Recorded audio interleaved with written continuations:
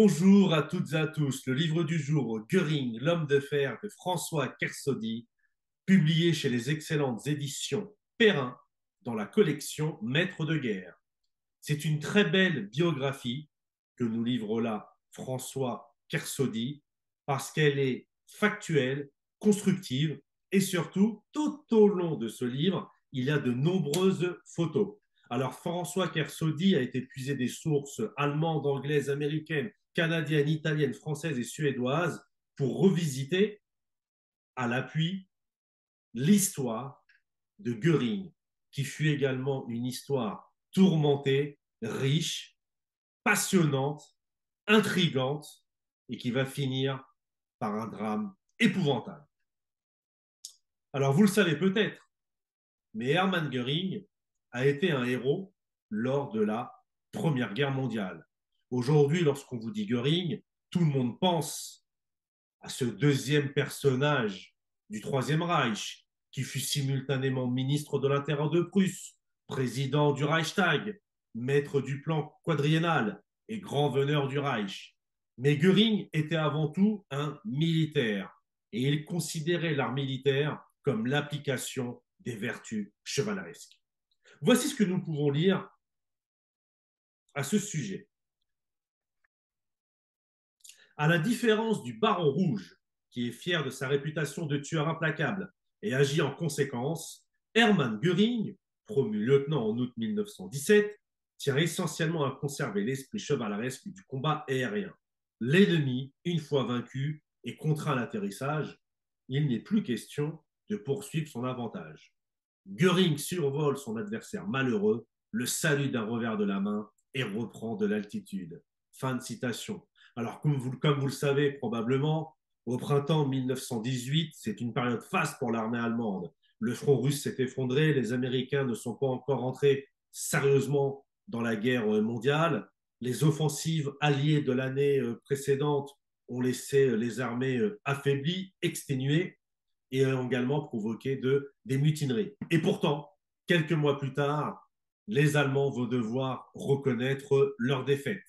Par la suite, et après la guerre, Göring va tenir une position qui a été largement partagée et approuvée à l'époque parmi les soldats et les officiers, à savoir la trahison, le fameux coup de poignard dans le dos.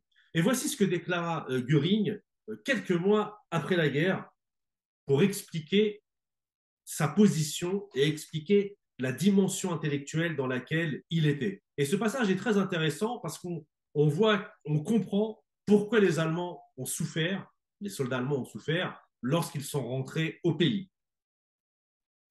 Pendant 4 longues années, nous autres, officiers, avons fait notre devoir et risqué nos vies pour la patrie. Et maintenant que nous sommes rentrés chez nous, comment nous traite-t-on? On nous crache dessus et on nous prive des décorations que nous étions fiers de porter. Laissez-moi vous dire que ce n'est pas le peuple qui est à blâmer pour une telle conduite. Non, ceux qui sont à blâmer, ce sont ceux qui ont excité le peuple, qui ont poignardé notre glorieuse armée dans le dos, sans autre but que de parvenir au pouvoir et de s'engraisser aux dépens du peuple. Je demande à tous de nourrir une haine profonde et durable pour ces porcs qui ont outragé le peuple allemand et nos traditions. Un jour viendra où nous les chasserons d'Allemagne. Préparez-vous pour ce jour, armez-vous pour ce jour, travaillez pour ce jour. Fin de citation. Et voici ce que l'auteur ajoute, Kersaudy. Ce discours est follement applaudi, mais il accrédite une légende qui va empoisonner le débat en Allemagne et ruiner les forces modérées du pays pendant toute une décennie, celle du Dolchstoß, le coup de poignard dans le dos. Selon cette thèse, l'armée allemande n'a pas été vaincue par l'ennemi extérieur, mais par l'action néfaste de politiciens allemands avides de pouvoir et traitent à la patrie. Et il ajoute, et c'est ça qui est intéressant, et je vous invite à regarder une carte immédiatement, si vous le pouvez. Il est vrai que l'armée du Kaiser n'a pas été vaincue militairement et que le pays n'a pas été envahi par les armées alliées. Fin de citation. Kersaudy poursuit son analyse, qu'il le regarde. Et d'ailleurs, quand vous la lirez, elle est en page de 37. Mettez-moi en commentaire ce que vous en avez pensé. Donc après la guerre, Göring doit trouver du travail pour faire nourrir sa famille. Kersaudy raconte vraiment bien l'entourage familial dans lequel Göring a grandi et qui va également l'accompagner tout au long de sa vie. Donc il a été commercial, représentant de commerce, pilote, aviateur. Il a également travaillé dans les parachutes et il s'investit également dans la politique dans son pays, dans ce qui va être ou dans ce qui était, comme nous on connaît les événements, dans l'entre-deux-guerres. Et déjà à l'époque, c'est une personne qui est dépendante de la morphine. Il va subir différentes cures de désintoxication tout au long de sa vie. Et au cours de son engagement politique, il va être amené à rencontrer Adolf Hitler. Et ce qui est vraiment intéressant dans le livre, c'est que de prime abord, beaucoup de gens pensent qu'entre eux, c'était le grand amour fou, la grande collaboration. Et non, pas du tout. Lorsque les deux se rencontrent, Adolf Hitler est avec lui plutôt froid, réservé, distant. Il le tient un peu pour portion congrue. Mais Hermann Göring est un homme, comme on le voit dans cette biographie, qui est vraiment passionnant, qui est un homme plein de ressources, qui n'hésite pas à mouiller le maillot pour atteindre ses objectifs. Et il va réussir à se rapprocher d'Adolf Hitler au point de devenir l'une des personnalités et surtout un des hommes politiques les plus influents du Troisième Reich. On le sait tous, Hermann Göring était une personne qui aimait bien les fastes. Ça se voit sur lui physiquement. Il aimait bien les titres, les richesses, l'opulence et donc l'argent. Et Göring va être une personne qui va être impliquée dans la Deuxième Guerre mondiale, mais il aura toujours des réserves sur la pertinence et dans le cadre, bien évidemment, de l'intérêt supérieur de l'Allemagne. Il aura toujours des réticences à ce que son pays s'engage dans la Deuxième Guerre mondiale. Et une fois que le pays sera engagé dans la Deuxième Guerre mondiale, on ne peut pas dire que c'est un homme qui aura été très, très souvent sur le terrain. Il y a des passages dans le livre qui sont assez impressionnants.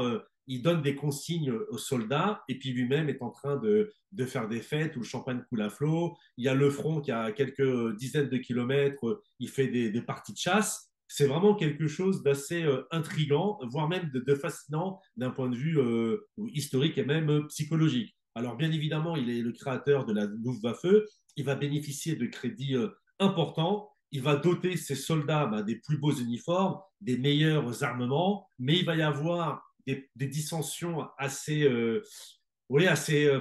tenaces, assez révélatrices de la façon dont Hitler décide de diriger sa première garde rapprochée. Et une des premières tensions, bien évidemment, ça va être l'échec lors de l'invasion de l'Angleterre, qui, comme vous le savez tous, va échouer. Alors, Göring, beaucoup ont dit de lui, par exemple, les honneurs sont à ceux qui se montrent le plus, et Göring sait faire cela mieux que tout autre. Je vous laisse rechercher qui a dit cette phrase. Si vous avez la réponse, mettez-la moi en commentaire. Alors, bien évidemment, Göring va participer à la campagne de Russie, mais surtout, lorsqu'il viendra en France, il faudra aller voir le jeu de paume, la galerie des arts, il fait des randonnées, il chasse, je l'ai déjà dit, pendant que les soldats sont dans la boue en train de livrer un combat acharné contre les soviétiques. Alors Göring, c'est un personnage tout en démesure, il est orgueilleux, il est ambitieux, on peut également le définir comme influençable, mais également, et oui, ça qui est intéressant, il est doté d'une grande intelligence et surtout tous ceux qui l'ont approché reconnaissent en lui, enfin reconnaissent qu'il avait énormément de charisme. Alors il est à la fois responsable de l'ascension comme de la chute de l'Allemagne nationale socialiste, parce qu'il aura participé bien évidemment à toutes les aventures qui permettront au NSDAP de prendre le pouvoir, et il aura également participé à toutes les déconvenues qui auront contribué à l'effondrement de l'Allemagne nationale socialiste. Alors que ce soit de Dunkerque jusqu'à Stalingrad, il joue un rôle important dans le déroulement des entreprises militaires allemandes, comme dans les défaites successives, mais en définitive, ce qui ressort quand même du livre et de l'analyse de Kersodis, c'est que Göring s'engage quand même à reculons dans tous ces événements. Effectivement, beaucoup disent qu'il préférait chasser et profiter de ces nombreuses richesses, terres, domaines, plutôt que d'augmenter le fameux espace vital à l'Est. C'est vraiment une biographie très intéressante parce qu'elle casse beaucoup d'images toutes faites qu'on peut avoir sur le personnage, notamment dans ses rapports avec le chef du Troisième Reich ou avec les personnalités les plus influentes de ce gouvernement national socialiste. Les photos sont vraiment très intéressantes parce qu'elles nous replongent vraiment dans le contexte de l'époque. C'est une véritable immersion. Alors c'est un ouvrage vraiment dense qui fait un peu plus de 400 pages mais il se lit vraiment très très bien. J'en ai vraiment beaucoup appris et je suis vraiment très content de l'avoir lu parce que cet ouvrage a un peu, oui, démythifié ce Göring tout-puissant, alors qu'en fait, c'était certes un homme très puissant politiquement, mais avec de nombreuses failles et faillites d'un point de vue humain et personnel, parce que sa vie aurait également été émaillée de nombreux drames. Je n'en dis pas plus, lisez cet ouvrage, dites-moi ce que vous en avez pensé en commentaire. Göring, l'homme de fer, François Kersaudy chez les éditions Perrin, dans la collection Maître de guerre, et c'est le 11e volume de cette excellente collection que je découvre à chaque fois avec vraiment un très grand plaisir. À très bientôt pour une nouvelle chronique vidéo et vive l'histoire.